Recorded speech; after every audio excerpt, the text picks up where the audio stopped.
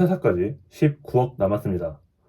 요즘 투자 영상을 보다 보면 며칠 만에 50%, 100%, 심지어 몇 배씩 오르는 종목들이 끊임없이 등장합니다.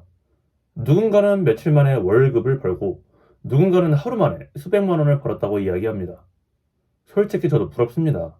아마 여러분도 한 번쯤은 생각해 보셨을 거예요. 나도 저거 하면 빨리 퇴사할 수 있는 거 아닌가? 그런데 저는 어느 순간 이런 생각이 들었어요. 퇴사하고 싶은 사람이 왜 하루 종일 차트를 보고 있어야 할까? 오늘은 제가 왜 도파민 투자보다 퇴사를 위해 지루한 투자를 선택했는지 이야기해 보겠습니다. 사람들이 단타에 빠지는 이유는 단순합니다. 재밌기 때문이죠. 주가가 오르면 기분 좋고 수익이 찍히면 도파민이 나옵니다. 하루 만에 월급 이상의 돈을 벌 수도 있어요. 심지어 운이 좋으면 몇 배의 수익도 가능하죠. 문제는 그 반대도 가능하다는 겁니다. 하루의 잘못된 판단, 한 번의 욕심, 한 번의 물타기. 그동안 쌓아온 수익을 모두 날릴 수 있습니다. 그래서 단타 투자자들의 수익 곡선을 보면 롤러코스터 같은 경우가 많아요. 큰 수익, 큰 손실, 그리고 다시 큰 수익. 계속 반복됩니다. 무엇보다 힘든 것은 돈보다도 에너지입니다. 장 시작 전부터 종목을 찾고, 장중에는 차트를 보고, 장 마감 후에는 뉴스를 확인합니다. 돈을 벌기 위해 또 다른 노동을 하고 있는 셈이죠. 물론 그렇게 꾸준히 수익을 내는 실력자들도 많을 거예요. 하지만 저는 스스로에게 질문해 봤습니다. 내가 원하는 건 트레이더인가, 퇴사자인가? 답은 명확했습니다. 저는 트레이더가 되고 싶은 게 아니라 퇴사가 하고 싶었습니다. 그래서 저는 지루한 투자를 선택했습니다. 좋은 기업, 좋은 ETF, 그리고 적립식 투자. 솔직히 재미없는 투자죠. 오늘 샀다고 내일 부자가 되지도 수익률이 엄청나지도 않습니다. 가끔은 몇 달 동안 계좌가 거의 움직이지 않을 때도 많았어요. 심지어 다른 사람들이 몇 배 수익을 냈다는 이야기를 들으면 포모도 옵니다.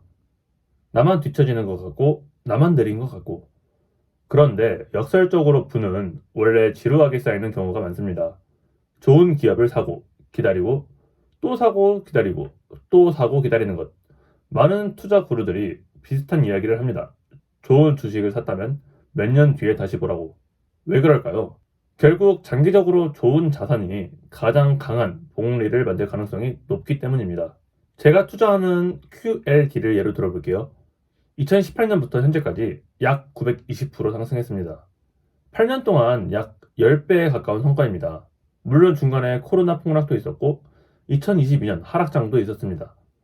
하지만 결국 장기적으로는 우상향했습니다. 그렇다면 한번 생각해 보겠습니다.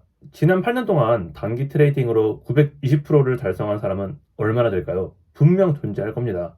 하지만 극소수의 사람이고 저는 그 사람이 아닐 가능성이 높아요. 그리고 그 과정에서 얼마나 많은 시간과 스트레스가 필요했을까요? 저는 그 시간을 가족과 보내고 싶고 독서를 하고 싶고 운동을 하고 싶고 제 삶을 살고 싶습니다. 그래서 저는 차트보다 시간을 선택했습니다. 사실 진짜 부자는 돈만 많은 사람이 아닙니다. 시간도 많은 사람입니다. 그런데 하루 종일 차트를 봐야만 돈을 벌 수 있다면 그것은 또 다른 형태의 노동 아닐까요? 우리는 퇴사하고 싶어서 투자를 시작했는데 어느 순간 투자에 출근하고 있는 것은 아닐까요?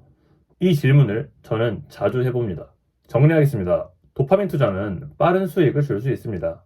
하지만 빠른 손실도 함께 가져올 수 있죠. 그리고 많은 시간과 에너지를 요구합니다. 반면 지루한 투자는 재미가 없어요. 때로는 답답하고 때로는 느려 보입니다. 하지만 시간이 지날수록 복리가 쌓이고 내 삶의 시간을 빼앗지 않습니다. 저는 퇴사하기 위해 투자를 해요. 그래서 도파민보다 복리를 선택했습니다. 흥분보다 시스템을 선택했습니다. 차트보다 시간을 선택했습니다. 퇴사까지 19억. 오늘도 저는 조용히 좋은 자산을 적립합니다. 언젠가 그 지루함이 저를 회사 밖으로 데려다 줄 것이라 확신합니다. 오늘도 확신을 가지고 퇴사를 매수합니다.